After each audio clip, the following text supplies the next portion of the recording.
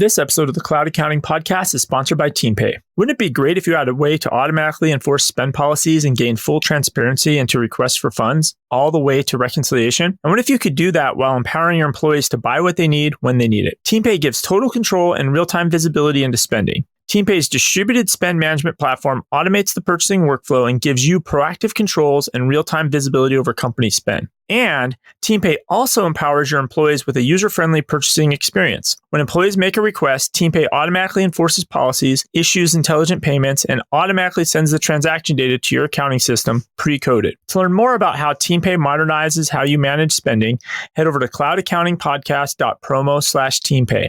That is cloudaccountingpodcast.promo/TEAMPAY. I hire one or two people dedicated to me 24/7, and now I know my interest is in their heart. Welcome to the Cloud Accounting Podcast. I'm Blake Oliver. I'm David Leary.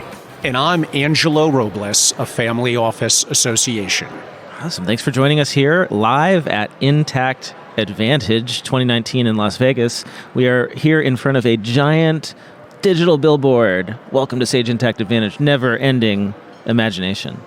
And it's fun to be here. Thank you so much for joining us, and we're really eager to be talking to you about family offices. I found you. I went through the 250 sessions, I think, that were happening at this event, and I was like, that sounds interesting. We should have him on the podcast. Yeah. And the connection happened, and so now you're here, and we want to learn about family offices. And so, my background in public accounting was in outsourced accounting.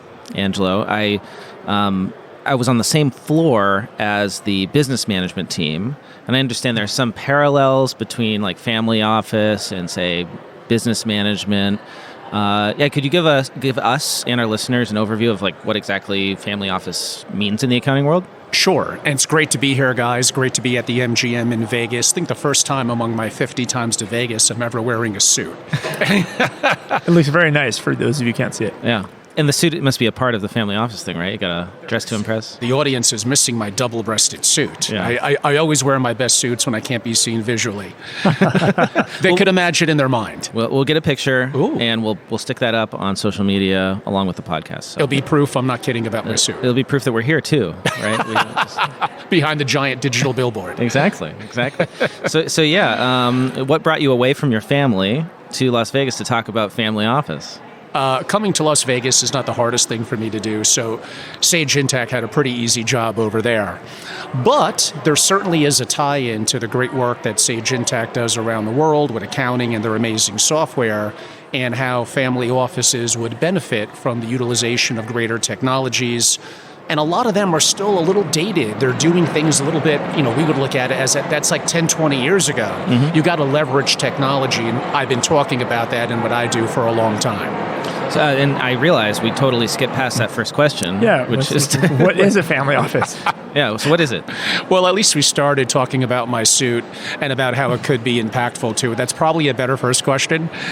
But I suppose you're right. To add some context in terms of what I'm saying, I'm the founder and chairman of an organization in Greenwich, Connecticut called Family Office Association. And in simple terms, that means what is a family office? I define it so we're very narrow. We're an inch wide and a mile deep. To me, it's a single family office. A single family office is an entity created by one family of great wealth to internally and exclusively manage their money and often their other affairs. So if you're a billionaire, even lesser, but if you're a billionaire, almost every billionaire will have their own single family office. A lot of podcasters have family offices, I imagine. You guys are on the way. You just got to get the right advertisers. What's the minimum? How much do David and I need to make from the Cloud Accounting Podcast to hire somebody to run our family office? Well, since you bring that up, in my conversation at the Sage Intacct conference today, I spoke about the rise of the ultra affluent, theoretically, being able to create their own, what we call a virtual single-family office. And I'm going to make the argument, historically, it would be probably a couple of $100 million to have a traditional, quote-unquote, single-family office. But with the utilization of technology and greater outsourcing, I am going to state that it's possible to have a single-family office at only, and I'm doing air quotes, everyone, only a couple of tens of millions of dollars. Oh, David, You're there. It's within reach. So when you say virtual family office, I'm thinking like, so you being the accountant or bookkeeper, you'd have your own virtual family office, but you would take Blake on as a client and me as a client. You'd have multiple clients? No. So again, I probably need to define the single family office. It's one family, keyword there is family, one family or individual of great wealth. And let's define that as someone hits it big in the jackpot today at the MGM. Mm-hmm. And okay, it's not 1 or 200 million, it's 30 or 40 million, God forbid. They now have enough resources where like, wow, I'm rich, but I care about my legacy, I care about taxation, I care about investing, and now everyone ignored me before, and now everyone's coming after me. And they're going to be in it for themselves. So how about this? I create my own company, I hire 1 or 2 people dedicated to me 24/7. Mm-hmm. They're all mine.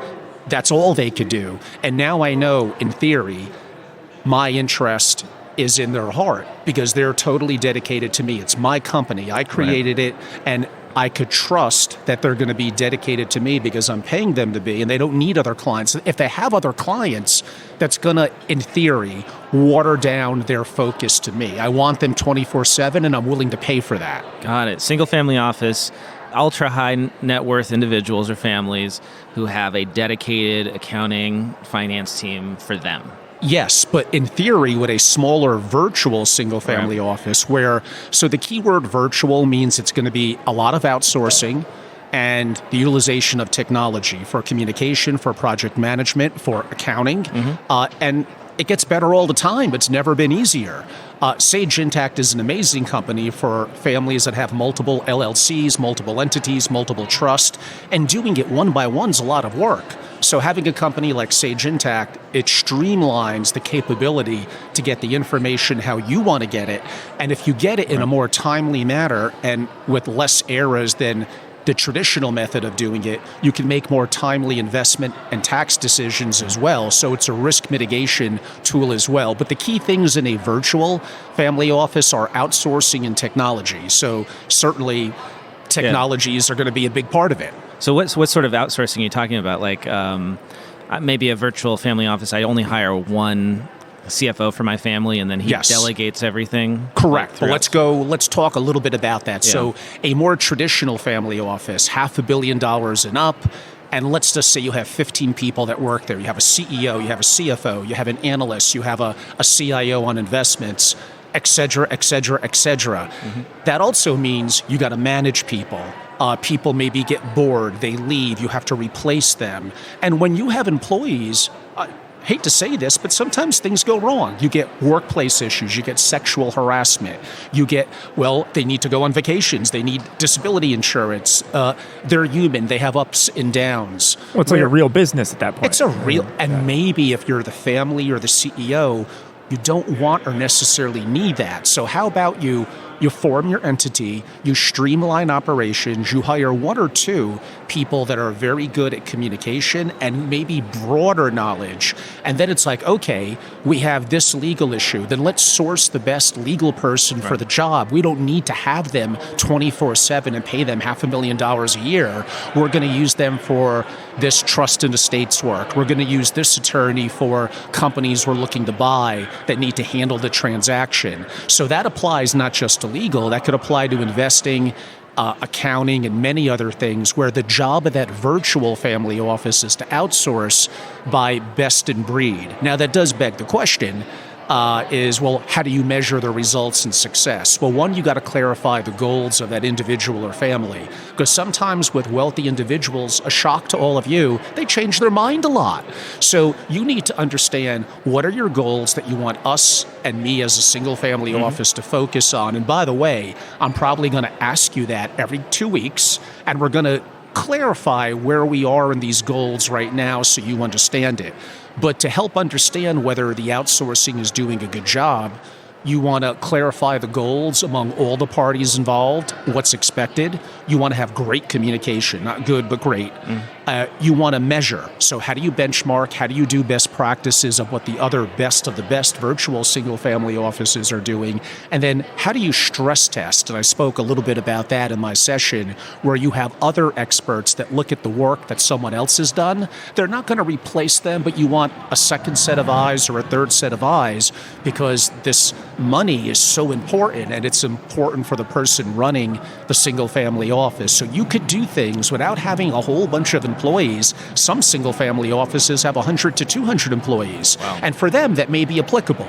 But if you're looking at not hundreds of millions, or you don't want to manage a big dispersed group of people. And I can make the argument, if you are a smaller family unit and you're traveling around the world, have one anchor entity and a couple of employees, but then have different outsourced partners even beyond the U.S., around the world, that help in certain specific legal, tax, and investment issues. You don't have to hire them. You're outsourcing them. And how do you manage that? Well, use technology like Trello for project management. Use a Slack and Asana for communication. Use even social media. Use a private network on Facebook or LinkedIn. And then you have, again, the accounting software that we briefly discussed. Technology and AI is making all of this easier. Now, a problem is, I'm 53, I'll give that as an example. Now, I happen to have a Gen Zer at home, he's 16. So the average Gen Zer goes on their phone, by the way, 116 times a day. Technologies to me are not quite as native. I have to think about it, I got to work a little harder, but I know it's important. So what you may want to do is incorporate people where technology is just more natural and native to them. They're a little bit more used to a quasi-outsourced world, and how they collaborate and how they communicate is different than people in my age bracket. Now, I'm not quite saying go out there and hire a 21-year-old. This episode of the Cloud Accounting Podcast is sponsored by Bill.com. As a listener, you've probably heard Blake and I speak about Bill.com on numerous occasions. It feels like they're discussed monthly in either new news or new announcements. But I'm betting there are some things you don't know about Bill.com. Did you know customers use Bill.com platform to process over $70 billion in payments for the 2019 fiscal year? That they partner with several of the largest U.S. financial institutions like Bank of America, PNC, and Chase? More than 70 of the top 100 U.S. accounting firms use Bill.com. Bill.com not only connects to all the popular accounting software providers, they also connect to many of your favorite apps as well. To learn more about how Bill.com's AI-enabled financial software platform creates connections between businesses and helps manage cash inflows and outflows, head over to cloudaccountingpodcast.promo/Bill. That is cloudaccountingpodcast.promo/BILL. Well, speaking of that, But speaking of hiring a 21-year-old, many of our listeners are students or new in their careers as CPAs or accountants and bookkeepers. If they are excited by family office as a career, like how do you even get into that? Because it's very niche, right? Very small. it's very niche, and until the rise of the virtual single-family office, which will change things. How many people are worth $500 million or more? It may be 8,000 or 10,000 around the world. So it's hard for someone younger to get into a position to even be an intern at a quote-unquote a single-family office. And they're dispersed. They could be anywhere. Yeah. Obviously, there's going to be more of them in New York and San Francisco and London, Moscow, Hong Kong, etc. It's going to be where the wealth is a little bit concentrated. There's not a great career path at the moment because single-family offices are relatively limited number. They're fragmented. You know one. They're like snowflakes. They're all different. But there's tremendous interest of getting involved in a single-family office, even though it has both positives, but it has negatives. For a younger person, I would say, and finding out single-family offices is almost impossible. It's so hard. But because a lot of wealthy families don't want that family office to be public. You got it. They want to be private. Yeah, so it's got some obscure name on the LLC, and there's no sign on the door, right? Here's a couple of things that I may recommend to someone younger. One of them may be interning, getting the experience, and proving your worth. The other that we hinted at in a pre-conversation is a lot of the families that created wealth are getting older. They're in their 60s or 70s. They're transitioning to the millennials that are upwards of, 37 at the year that we're talking now. So they might have went to school with some of the family members of wealthy families. Or if they're a Gen Zer, they're in high school or college. So what's going to be their peer network? They have to look a little creatively around it and see where that could align. The other thing that we spoke about is the older generation, if they don't relate to the millennials and they don't understand how they communicate, how they make decisions, they're not going to have a job. So there will be a transition of jobs to a younger generation of people. And maybe the last thing I'll bring up is if we're talking virtual family office and technology, the younger generation is going to be more fluid in various technological advancements and how to I would even consider, and I mentioned this to some SFOs that are a little more dated, bring in like a tech whiz that's young and dynamic and have him work with, one, adding an intern or two, but changing a little bit of the culture and changing the technological tools that your family office is using. Now, the only challenge with that is some older people are maybe a little bit hard to learn a new trick, but they could. They're going to have to see and have the desire to do so, but that could be of value to everyone. So it sounds like if I'm an accountant, and my history's always been accounting and tax and bookkeeping, and I get all that. I really have to develop a whole set of new skill sets of management and communication to really run a family office, especially one of these virtual family offices, because I'm kind of an orchestrator at that point. I'm not really just running numbers. You are correct. So the skill set basically involves how do I become a leader? But becoming a leader is going to be something you should be learning in your own family initiatives with your own friendships and relationships. And how do you become a good listener? How do you come up with... So there's a couple of things a family office can't outsource. So what is that going to be? It's going to be the creative part, own the idea. Leadership, how do you inspire and motivate others? And how do you communicate and execute upon the service to the family? So you are correct. You're almost implying that maybe accountants are going to be intellectual and smart, and they're going to understand numbers, but maybe they're not always going to be great on the softer skills, the emotional intelligence part. I don't think that's necessarily true, by the way, but let's even assume that stereotype. In that case, then you are correct. Learning about how do I become a better listener? How do I be a leader? How do I communicate? And I'm going to say that's going to benefit them in life, not just in this specific job situation. They should be starting to do that anyway. Could I make the argument that accounting, legal, and many professions with the greater advancements in AI and technology is going to make the more mundane aspects of those jobs going to be replaced by technology and AI? And then we come down to what Davos spoke about the year prior at their meeting. What are the 10 most needed skills to move forward over the next 10 years in a job? And it's being collaborative, it's globalization, it's being a good listener, it's working in different teams from people that you may not be as used to. How do you collaborate and lead each other to come to the best conclusion or the best answer to the questions that you're bringing up? So those are the skills that are going to be needed, and I think that could be learned. Are there any downsides to family offices? Like, do families fight? What are the biggest challenges? If I was someone looking to work inside a family office, potentially the biggest challenge is, okay, great, I'm hired for this position. The family principal, let's use that word, is 73 years old. They're probably not going to live forever. So I'm giving up a career where I have a diversity of clientele working in a traditional accounting firm, and I'm getting all the advantages now of never needing to rainmake. I'm just working for one family. But a couple of the downsides are, do I get bored after 2 or 3 years if they're too small and not doing enough interesting things? And by getting bored, do I also not sharpen my skills as much because I don't have enough different things coming at me? So that's one big issue. And the other that I hinted at is, suppose that more elder principal, if they don't have a younger family that is involved and interested, what happens if they die or get disabled and I'm 2 years in? My skills might have slightly diminished if I'm not seeing as many diverse clientele anymore. I'm not rainmaking as much. I'm not networking. I'm not meeting as many people. And now I feel like, oops, I got to start over all again. So those are two big challenges. How did you get into the family office business? No one wanted to hire me. That's 90% true. I was at UBS but the real driver, I've been in financial services and I've been an investor, mainly a startup investor for a fair number of years. But the main way is I approached the Hedge Fund Association, and supposedly I live in the headquarters of the world for hedge funds in Greenwich, Connecticut.